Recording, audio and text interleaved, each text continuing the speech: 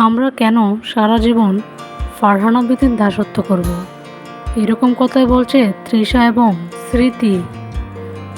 স্মৃতি এখন সবাইকে দলে দলে নিজের পক্ষে এনে ফারহানা বিতির বিপক্ষে কথা বলাচ্ছে সবাইকে দিয়ে।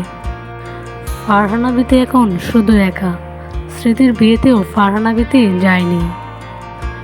বাকি সব সেলিব্রিটিরাই স্মৃতির বিয়েতে গিয়েছে এবং অনেক মজাও করেছে, কিন্তু ফারহানা বিতি যায়নি।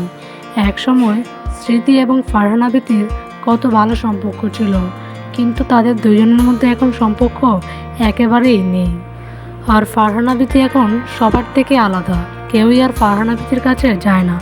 অথচ এই ফারহানা বিতি সবাইকে একসময় সেলিব্রিটি করেছিল, এখন ফারহানা বিতিকে কেউই আর মূল্য দেয় না। এমনকি ফারহানা বিতির বাসাতে তৃষা, স্মৃতি, বাপ্পি কেউই যায় না। আরও অনেক সেলিব্রিটিরাই ফারহানা বিতির সঙ্গ ছেড়ে দিয়েছে। এখন শুধু ফারহানা বিতি এবং তার হাজব্যান্ড রাত একসাথেই থাকে। এই নিয়ে ফারহানা বিতি অনেক দুঃখ প্রকাশ করেছে। একসময় এই মানুষটা সবার কাছেই প্রিয় ছিল, কিন্তু আজ সবার অপ্রিয়। আসলে স্বার্থ পড়িয়ে গেলে কেউই কাউকে মূল্য দেয় না, এটা বাস্তব এবং সত্যি কথা।